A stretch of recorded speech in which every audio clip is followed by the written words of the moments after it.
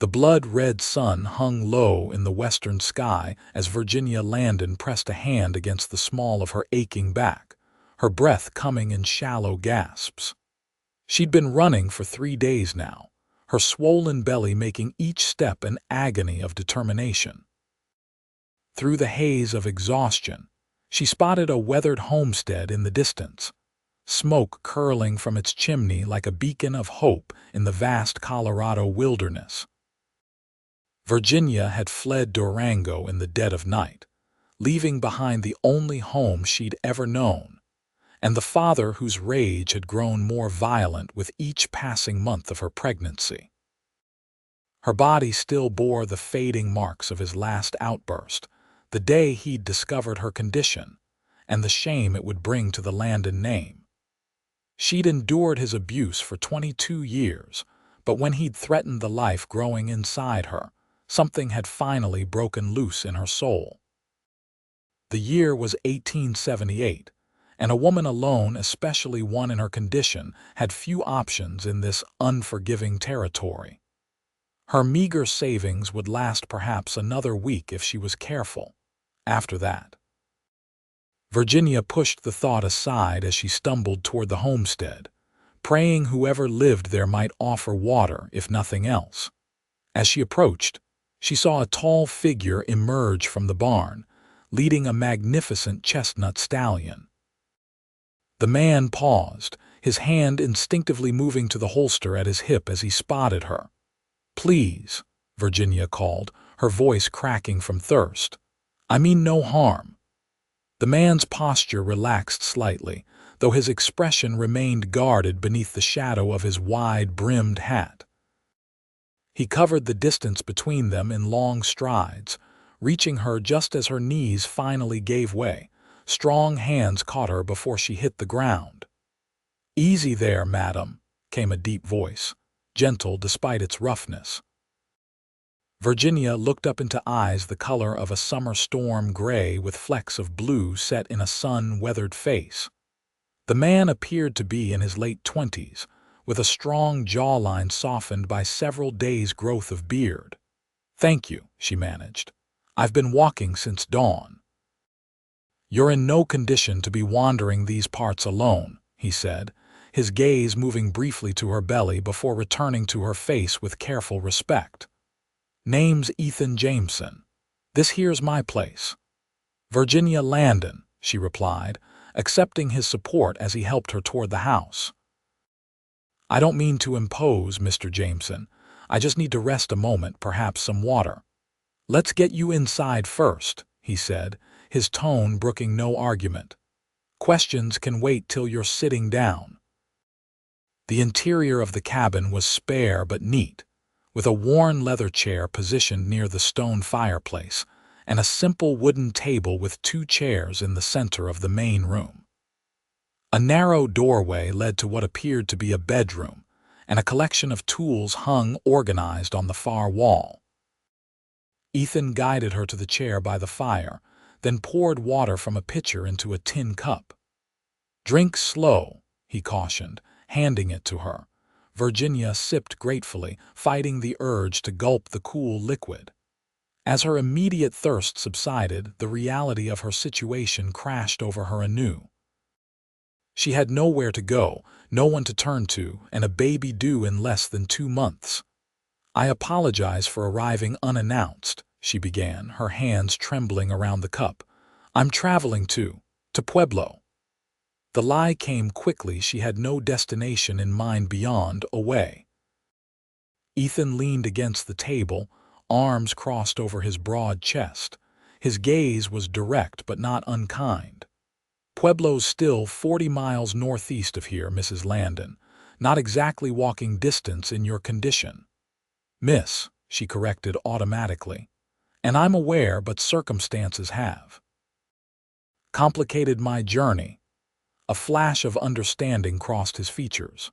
"Your husband—" "There is no husband," Virginia interrupted, chin lifting despite the shame society placed on her situation. "Just me. And soon my child." She expected judgment, perhaps even for him to order her off his property, but Ethan merely nodded. You running from something, Miss Landon, or someone? The directness of the question startled her. Virginia considered lying again, but something in those steady gray eyes made her hesitate. My father, she admitted finally. He doesn't approve of my condition. The last time he expressed his disapproval, I feared for my child's life. So yes, Mr. Jameson, I am running. Ethan's jaw tightened, but his voice remained even. And the father of your child? Dead, Virginia said flatly. Fever took him before I even knew I was carrying. We were to be married this spring. This, at least, was the truth. Thomas had been kind and gentle, a clerk in her father's store who'd courted her with poetry and promises of a better life. Their indiscretion had happened only once, a night of comfort after her mother's funeral. When the fever swept through Durango 2 weeks later, it took Thomas within days, leaving Virginia alone with her secret. Ethan considered her for a long moment. You got family in Pueblo. Another lie trembled on her lips, but exhaustion weakened her resolve. No, she admitted. I have no one. He straightened, running a hand through his dark hair.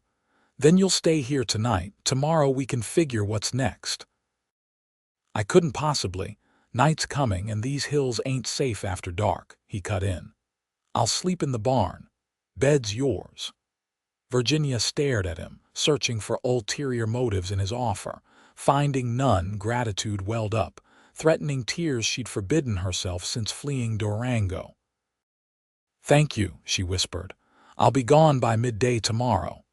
Ethan shook his head as he moved to the small stove in the corner. You'll eat first, then we'll see. While he prepared a simple meal of beans and cornbread, Virginia studied the cabin more carefully. Unlike most bachelor homesteads she'd glimpsed, it had an air of permanence and care. Handmade curtains hung at the windows, and a bookshelf held several well-worn volumes. A sketch of a woman with Ethan's eyes sat framed on a small side table. Your mother? She asked, nodding toward the drawing. He glanced over his shoulder. Yes, she passed 6 years back. I'm sorry. My mother died this past winter. Virginia's hand moved unconsciously to the small locket at her throat, the only keepsake she'd brought of her former life. Ethan served the food without comment, then seated himself across from her. They ate in companionable silence, Virginia suddenly ravenous despite her exhaustion. After the meal, Ethan showed her to the bedroom, offering a clean shirt for her to sleep in and promising his absence until morning. Left alone, Virginia sank onto the surprisingly comfortable bed, her body aching with relief. Despite her circumstances, for the first time in days, she felt safe enough to truly rest. Just before dawn, Virginia woke to the sound of voices outside, Ethan's deep rumble and another man's higher pitch, tense with urgency. She slipped from bed, wrapping a blanket around her shoulders, and moved to the window. In the gray morning light, she saw Ethan conversing with a slender young man on horseback. The messenger's gestures were animated, his face grave. Ethan nodded several times, then the rider spurred his horse and galloped away. Minutes later, the cabin door opened and Ethan entered, stopping short when he saw Virginia standing by the window. Trouble? She asked. He hesitated, then nodded. Word from town. Seems there's a man asking after a young woman of your description, offering a reward for information. Virginia's heart lurched painfully. My father, already. She'd hoped for more time before he tracked her this far. That was Billy Rogers, works at the telegraph office in Silver Creek, Ethan explained, naming the small settlement 10 miles south. Says a man named Landon arrived on yesterday's stage, throwing money around and making threats. He'll kill me, she whispered, her hand moving protectively to her belly. Or worse, he'll wait until the baby comes, then take it and cast me out. He's done it before with my sister. Ethan's expression darkened. No man has the right. Rights mean little out here, Mr. Jameson, as I'm sure you know, Virginia cut in.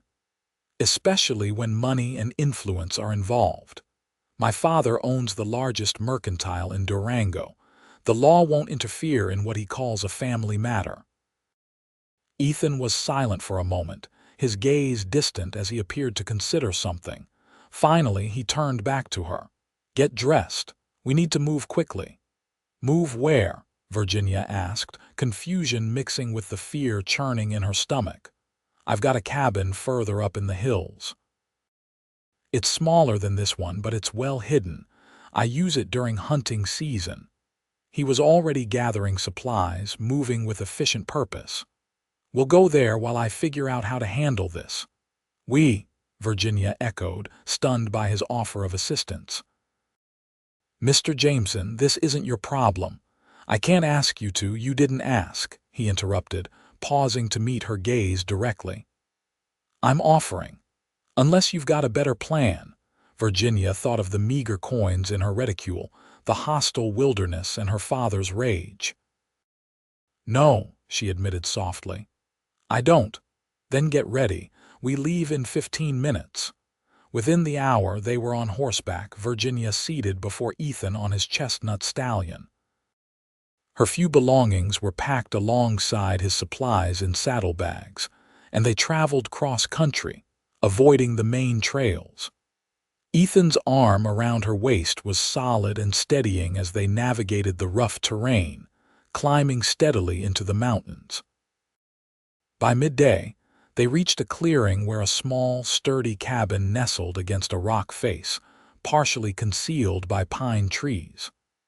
A stream bubbled nearby, and the view overlooked the valley they'd traversed, though the main homestead was hidden from sight. It's not much, Ethan said as he helped her dismount, but it's dry and warm. No one comes up here except me. Inside, the cabin consisted of a single room with a stone fireplace, a narrow bed in one corner, a small table, and basic cooking implements. Despite its simplicity, it was clean and solid, clearly maintained with the same care as his main home. You'll be safe here, Ethan continued, lighting a fire in the hearth. I'll bring supplies every few days and keep an ear out for news of your father. Virginia stood in the center of the cabin, overwhelmed by his generosity. Why are you helping me? She asked finally. You don't know me. I could be lying about everything. Ethan straightened from the fireplace, his expression solemn. My sister was in a situation not unlike yours, though her husband was the danger, not her father. No one helped her when she needed it most. He didn't elaborate, but the grief in his eyes told Virginia all she needed to know about the outcome. I'm sorry, she said quietly. He nodded once, then returned to practical matters. There's dried meat and beans in the cupboard, enough for several days. I'll bring fresh supplies when I can. The stream water's clean enough to drink. How long do you think I'll need to hide here? Virginia asked, trying to envision the weeks ahead. Ethan hesitated. Hard to say. Men like your father don't usually give up easily, but eventually he'll have to return to his business. And then what? The question that had haunted her since fleeing Durango loomed larger than ever. Where do I go? How do I support myself and a child? One problem at a time, Ethan advised, his tone gentler. For now, you rest. The baby needs that more than anything. As he prepared to leave, Virginia touched his arm lightly. Thank you, Mr. Jameson. I don't know how I'll ever repay this kindness. Something flickered in his eyes, a warmth that eased the habitual sternness of his features. Ethan, he corrected. And there's no debt, Miss Landon. Virginia, she returned with a small smile.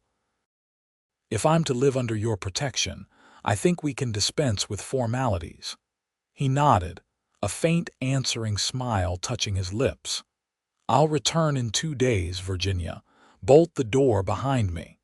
After Ethan left, Virginia explored her temporary refuge more thoroughly. Despite its size, The cabin held thoughtful touches, a small shelf of books, a rocking chair by the fire, even a cracked mirror hanging on one wall. She wondered if Ethan had spent significant time here himself, perhaps seeking solitude from memories that haunted him. That night, as she lay in the narrow bed listening to the unfamiliar sounds of the wilderness, Virginia felt a curious mixture of fear and hope. Her future remained uncertain, but for the first time since discovering her pregnancy, she wasn't completely alone. True to his word, Ethan returned 2 days later with fresh supplies and news that her father was still in Silver Creek, growing increasingly agitated with the lack of information about his daughter's whereabouts. "He's offered $100 for news of you," Ethan reported as he stacked firewood by the hearth. "That's enough to turn heads, but folks around here are naturally suspicious of outsiders throwing money around. Most are keeping quiet." "Most?" Virginia asked sharply. "But not all." Ethan straightened, brushing wood dust from his hands. "There's always someone willing to talk for the right price. That's why you need to stay put. Don't venture beyond the clearing, even if you think it's safe." Virginia nodded, recognizing the wisdom in his caution. Over the next 2 weeks, a pattern emerged. Every 2 or 3 days, Ethan would appear with supplies, news, and occasionally small comforts: a jar of preserved peaches, a bundle of fabric for sewing baby clothes, a deck of playing cards to pass the time. During his visits, they began to learn more about each other. Virginia shared stories of her childhood before her mother's illness had darkened their home, and of her dreams to someday become a teacher. Ethan spoke of his years driving cattle, of the gold rush that had brought him to Colorado, and of the sister whose memory clearly still pained him. "Hannah was always the brave one," he told Virginia one evening as they sat before the fire, sharing a pot of coffee. "When our parents died, she kept us together, made sure I finished schooling instead of going straight to ranch work like I wanted." "What happened to her?" Virginia asked gently. Ethan's gaze remained fixed on the flames. "She married young to a man who seemed decent enough at first. But the war changed him. He came back mean and drinking heavy." His hands tightened around his cup. "The last time I saw her, she had bruises she tried to hide. I offered to take her away, but she was expecting their first child and believed things would improve." He fell silent, the weight of the unspoken conclusion heavy between them. "That's why you didn't hesitate to help me," Virginia said softly. "I failed her," Ethan replied, his voice rough with old grief. "I won't fail another woman in need if I can help it." As April gave way to May, Virginia's time grew closer. The baby was active now, kicking vigorously at all hours, and her discomfort increased. Ethan noticed her wincing one afternoon as she stood from the rocking chair. "The town has a midwife," he said. "I could bring her here when your time comes." Virginia shook her head. "Too risky. If my father offered enough money, even a midwife might talk." "You can't deliver alone," Ethan insisted, concern evident in his features. "Women do it every day," she countered, though the thought terrified her. "Besides, I've helped at births before. I know what to expect." Ethan appeared unconvinced but didn't press the issue that day. When he returned the following week, however, he brought a small bundle of medical supplies and a worn book on midwifery. "Found this at the general store," he explained, setting the book on the table. "Thought it might be useful." Virginia was touched by his thoughtfulness. "Have you had any news of my father?" she asked, as she did each time Ethan visited. For once his expression lightened. "He left on yesterday's stage back to Durango. Seems his business couldn't spare him any longer." Relief flooded through her. "You're certain?" "I saw him board myself, stood far enough back that he wouldn't notice me watching. He was cursing a blue streak about ungrateful daughters and wasted journeys." Virginia sank into the rocking chair, one hand pressed against her heart. So it's over. He's given up. Ethan's smile faded. For now, maybe. But men like that don't forget, Virginia. If you return to Durango or even Pueblo. I know, she said quickly. I won't, but perhaps it means I could leave this cabin sometimes, just to walk a little further.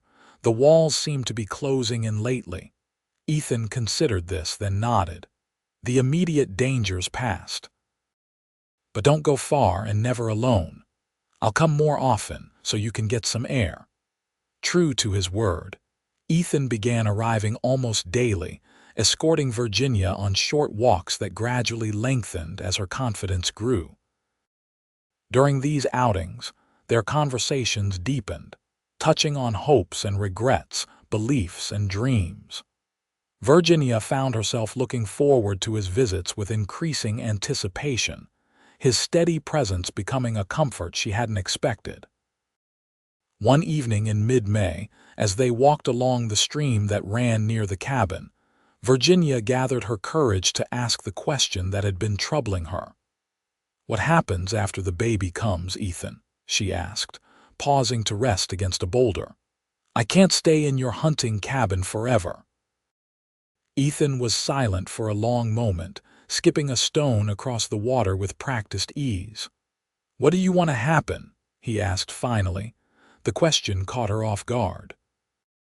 For so long, Virginia's thoughts had extended only to survival, first escaping her father, then ensuring her child's safe delivery. Beyond that lay a frightening void. "I don't know," she admitted. "I need work, a place to live that's far enough from Durango that my father won't find me. Somewhere I can raise my child without shame." Ethan nodded, his expression thoughtful. "There's a widow in Silver Creek looking for help with her boarding house. Mrs. Fletcher lost her husband last winter, and the place is too much for her to manage alone." She mentioned needing a reliable woman to cook and keep accounts. Hope flickered to life within Virginia. "Do you think she'd consider someone with my situation?" Martha Fletcher isn't one for gossip or judgment, and she's got a soft spot for those who have had a hard time of it. He hesitated. "I could speak to her if you want." "Yes," Virginia said quickly, grasping at this potential lifeline. "Please, any position that would let me keep my child with me would be a blessing." Ethan studied her face, something unreadable in his gaze. "You're sure that's what you want?" "Silver Creek's a small town. People will talk." The implication was clear: her status as an unmarried mother would follow her, regardless of how far she fled from Durango. Virginia straightened her shoulders. "I've never been ashamed of my child, only afraid for its safety. I can endure whispers if it means we can live freely." A smile touched Ethan's lips, warm with something that might have been admiration. "I'll ride to town tomorrow, then. Speak with Martha." As they returned to the cabin, Virginia felt lighter than she had in months, despite her unwieldy body. A path forward was beginning to take shape, however modest. That night, she dreamed of a small room above a boarding house, sunlight streaming through curtains she'd sewn herself, and a cradle containing a peaceful infant. The dream shifted, and suddenly Ethan was there too, his presence filling the space with unexpected warmth. Virginia woke with a start, her cheeks flushed with the implications of that imagined scene. In the weeks of their acquaintance, she'd come to respect Ethan deeply, to value his quiet strength and unfailing kindness. But to let herself feel more than gratitude toward him would be foolish. Once her child was born and she was established in Silver Creek, their paths would naturally diverge. When Ethan returned from town the next day, his expression was troubled. "What is it?" Virginia asked as he entered the cabin. "Did Mrs. Fletcher refuse?" "No, she's interested in meeting you," he replied, setting down his hat. "It's your father, he's back." Virginia felt the blood drain from her face. "In Silver Creek, but you said he returned on today's stage. Seems he only went to Durango to gather more resources. Ethan's jaw tightened. He's brought men with him this time.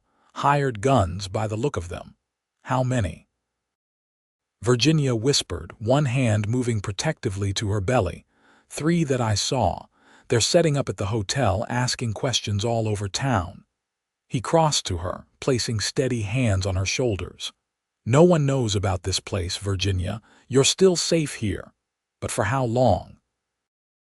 The unspoken question hung between them. If her father was willing to hire gunmen, his determination to find her had only grown stronger during his absence. The baby could come any day now, Virginia said, fear making her voice tremble. I can't run again, Ethan. Not now. His expression hardened with resolve. You won't have to. I'll handle this. How? She demanded. You can't fight 4 men alone. I won't be fighting anyone if I can help it, he assured her. There are other ways to solve problems. Despite his confidence, Virginia couldn't suppress her growing dread. That night, after Ethan had returned to his main homestead, she paced the small cabin, unable to settle. Every sound from the forest made her start, imagining her father's men closing in. Just before dawn, a sharp pain seized her lower back, radiating around to her abdomen with breathtaking intensity. Virginia gripped the edge of the table, waiting for it to pass. When it did, she exhaled slowly, recognizing what was beginning. The baby was coming. Virginia forced herself to remain calm, recalling what she'd learned from the midwifery book and her own limited experience. First labors were typically slow, she reminded herself. There should be time for Ethan to return for his daily visit. But as the morning progressed, the contractions strengthened and quickened at an alarming rate. By midday, they were coming every 10 minutes, each one more powerful than the last. Virginia prepared as best she could, heating water, arranging clean linens on the bed, and trying to remember her breathing.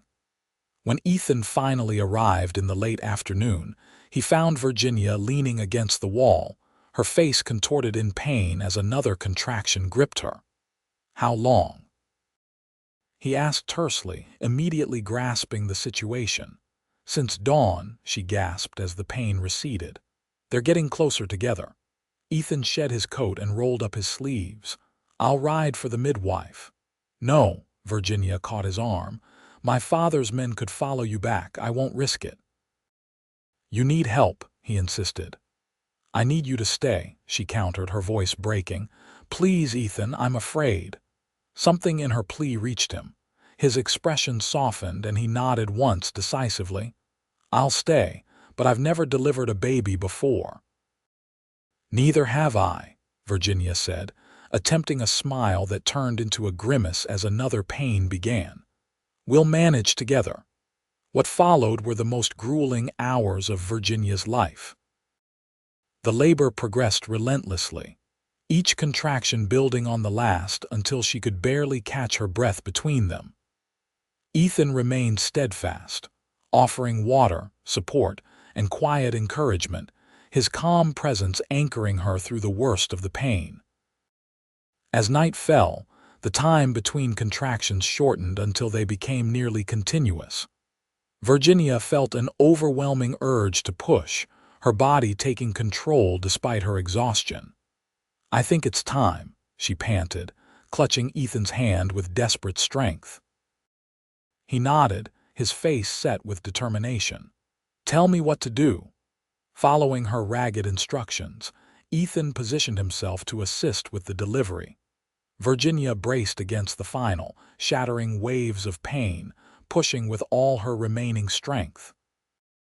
I can see the head, Ethan reported, his voice steady despite the extraordinary circumstances. One more push, Virginia. You can do this. Gathering her courage, Virginia bore down one last time. There was a moment of searing pressure, then sudden relief as her child slipped into Ethan's waiting hands, the cabin filled with the indignant cry of a newborn taking its first breath. "A boy," Ethan announced, his voice thick with emotion. "You have a son, Virginia." Tears streamed down her face as Ethan placed the squalling infant on her chest. The baby's face was red and wrinkled, his tiny fists waving in protest at the cold world he'd entered, but to Virginia, he was perfect beyond imagining.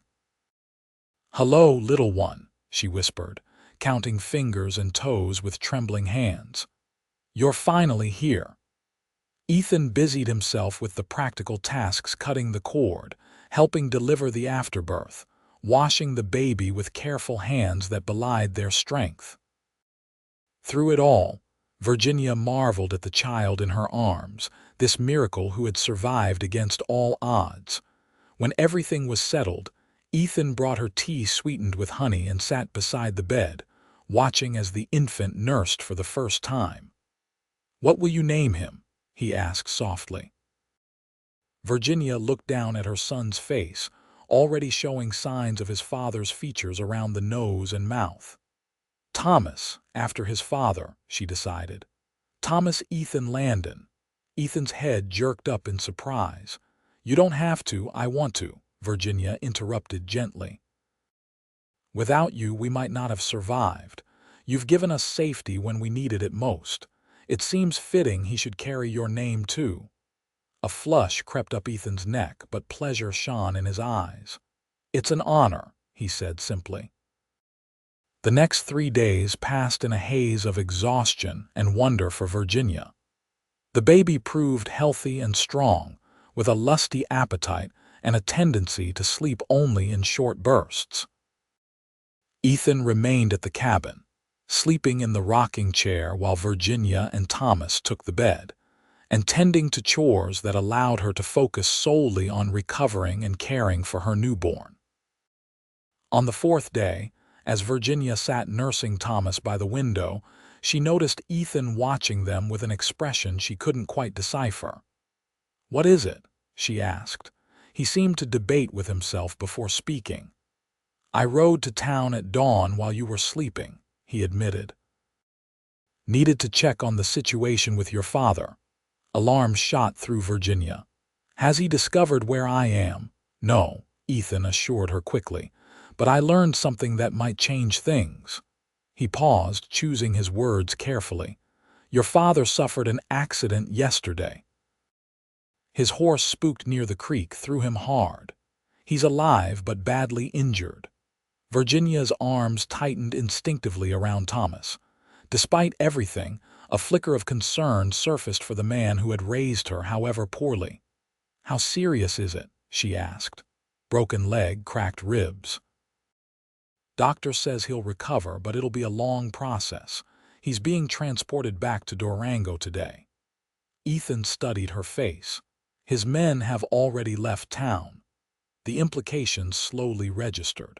With her father incapacitated and back in Durango, the immediate threat had lifted. Virginia could emerge from hiding, perhaps even take the position at Mrs. Fletcher's boarding house without fear of discovery. "So we're truly safe now," she murmured, looking down at her sleeping son.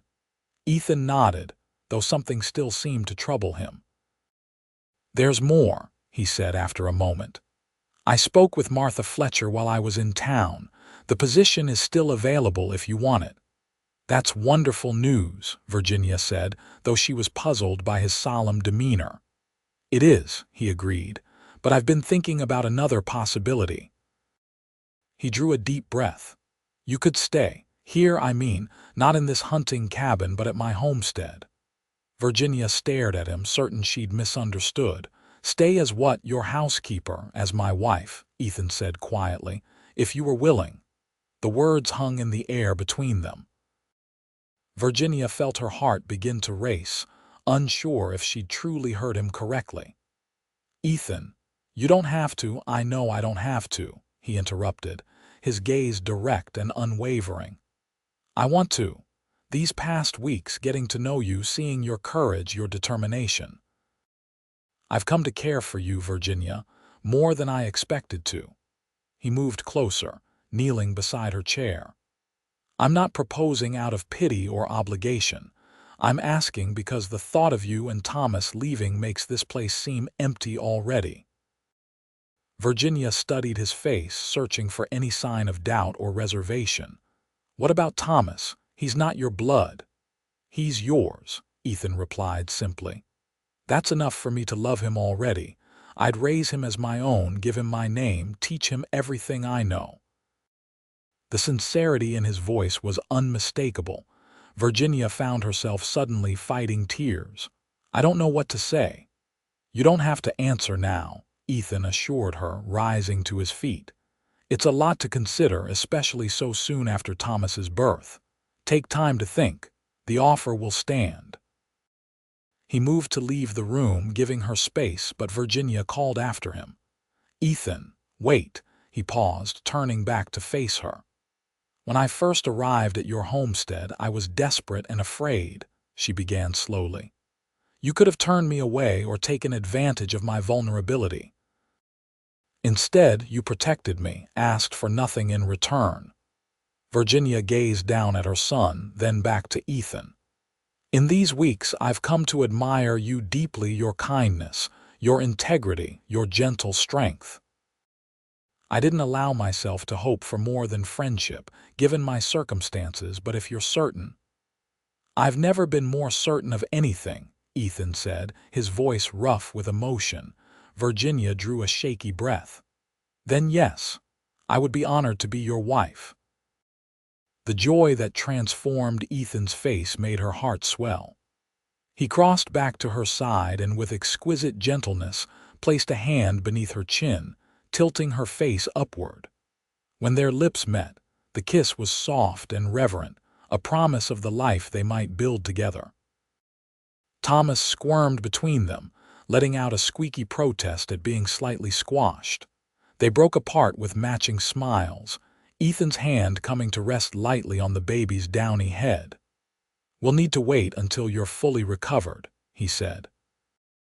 "And there's work to be done on the homestead to make it suitable for a family." Virginia nodded, happiness bubbling up within her despite the practical considerations. "I can help with that once I'm on my feet again." "We have time," Ethan assured her. "Your father won't be in any condition to cause trouble for months, if ever again. And by then, as my wife, you'll have protections you didn't have before." The reality of what he offered struck Virginia anew, not just his name and the security of marriage, but a shield against the threat her father represented. Ethan was building a wall of protection around her and Thomas, one made of legal rights and the respect afforded to a married woman that a fallen one could never claim. "Thank you," she whispered, reaching for his hand. "For everything." In the weeks that followed, as Virginia regained her strength and Thomas grew plumper by the day, they began planning their future together. Ethan rode into town to speak with the minister about performing the ceremony, returning with news that Reverend Miller had agreed to marry them at the homestead in early June. He asked if we wanted to wait for the traditional posting of banns. Ethan reported as they sat on the porch of the main house, where Virginia and Thomas had relocated once she was well enough to travel. "I explained the circumstances, not everything, just that we wished to formalize our situation quickly for the baby's sake." Virginia nodded, grateful for his discretion. "And he understood. Said it wouldn't be the first hasty wedding he's performed out here," Ethan replied with a slight smile. Life in the territories doesn't always allow for proper courtships. As the wedding date approached, Virginia threw herself into preparing the homestead. Though still recovering from childbirth, she insisted on helping with the cleaning and organizing, turning the bachelor quarters into a family home. Ethan had built an extension onto the bedroom, a small nursery for Thomas with a window that caught the morning sun. "It's beautiful," Virginia exclaimed when he first showed her the completed space. "When did you find time to do all this?" "Been working on it since before Thomas was born," Ethan admitted, looking pleased at her reaction. Wanted it to be ready, whatever you decided about my proposal." The depth of his thoughtfulness continually surprised her. Each day revealed new aspects of Ethan's character that confirmed her growing feelings for him, the way he sang softly to Thomas while Virginia rested, his patience with teaching her to ride his gentlest mare, the quiet pride he took in every improvement to their home. By the time Reverend Miller arrived to perform the ceremony, what had begun as an arrangement of mutual benefit had blossomed into genuine love. Standing before the fireplace in the main room, with Thomas sleeping peacefully in a basket nearby, Virginia and Ethan exchanged simple vows. "I, Ethan Jameson, take thee, Virginia Ann Landon, to be my lawfully wedded wife, to have and to hold from this day forward, for better, for worse, for richer, for poorer, in sickness and in health, to love and to cherish, till death do us part." His voice was clear and steady, his gaze never leaving hers as he promised his life to her care. When it was Virginia's turn, emotion threatened to overwhelm her, but she managed to speak the ancient words with equal conviction. The gold band Ethan slipped onto her finger had belonged to his mother, a simple circle engraved with intertwining vines. "By the power vested in me," Reverend Miller concluded, "I now pronounce you husband and wife. What God has joined together, let no man put asunder." As Ethan's lips met hers, sealing their union, Virginia felt a sense of homecoming so profound it brought tears to her eyes. From the moment she'd fled Durango, she'd been adrift, untethered from everything familiar. Now, improbably, she'd found a safe harbor not just for herself, but for her son. That night, after the Reverend had departed and Thomas was settled in his new nursery, Ethan and Virginia faced the final step in their union. Despite the weeks of growing closeness, they had maintained a respectful distance, Ethan sleeping on a pallet in the main room until they were properly wed. Now, as Virginia prepared for bed in the privacy of their bedroom, nervousness fluttered in her stomach. Her only previous experience had been with Thomas's father, a fumbling, desperate encounter, born more of mutual grief than passion. What lay ahead was something entirely different, the consummation of a marriage based on deepening affection and trust. When Ethan entered the room, he seemed to sense her apprehension. Without speaking, he crossed to where she stood by the window, her hair loose around her shoulders, and took her hands in his. "We don't have to rush anything," he said softly. "You've been through so much these past months. If you need more time," Virginia silenced him with a gentle finger against his lips. "I don't need more time," she whispered. "Just patience. It's all very new to me." Understanding dawned in his eyes. "We'll go slowly," he promised, "and you'll tell me if anything makes you uncomfortable." What followed was a revelation to Virginia, the tender exploration of two people discovering each other for the first time. Ethan's touch was unhurried, his focus entirely on her comfort and pleasure, his murmured words of admiration healing wounds left by years of her father's criticism. In the quiet aftermath, as they lay tangled together in the darkness, Virginia rested her head on Ethan's chest, listening to the steady rhythm of his heartbeat. "I never expected to find this," she admitted. "When I left Durango, I was only thinking of survival." Ethan's arms tightened around her. "And now I'm thinking of life," she replied. "A real life with joy and purpose. You've given me that, Ethan, you and Thomas." He pressed a kiss to her forehead. "We've given it to each other." As summer unfolded across the Colorado highlands, their life together settled into a rhythm of shared work and quiet contentment. Virginia learned the routines of the homestead, gardening, preserving, even assisting with the small herd of cattle Ethan maintained. Thomas thrived, growing stronger by the day, his curious eyes taking in the world around him with increasing awareness. News occasionally reached them from Durango. Virginia's father had indeed recovered from his injuries, but the experience appeared to have tempered his rage. According to Mrs.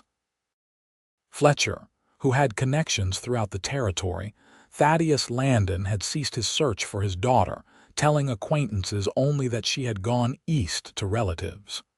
"You think he's truly given up?" Virginia asked Ethan as they discussed this latest report. "Men like that rarely change completely," Ethan replied honestly. "But he's getting older, and that fall was serious. Maybe he's decided the effort isn't worth the toll on his health." Whatever the reason, as months passed without any sign of pursuit, the fear that had shadowed Virginia since her escape gradually receded. By Thomas's first birthday, in May of 1879, she could go into Silver Creek without constantly looking over her shoulder, introducing herself proudly as Mrs. Jameson to those she met. The town had accepted their family with minimal gossip. The story that circulated tacitly supported by Ethan was that Virginia was a young widow who had married Ethan shortly before her first husband's child was born. If anyone suspected otherwise, they kept their doubts to themselves. Ethan's reputation for integrity, combined with his clear devotion to Virginia and Thomas, silenced most potential critics. On a warm evening in late August, as they sat on the porch watching the sunset paint the mountains gold, Virginia shared news that would further cement their family's future. "Ethan," she began, her voice soft with wonder, "I believe we'll need to prepare the nursery for another occupant."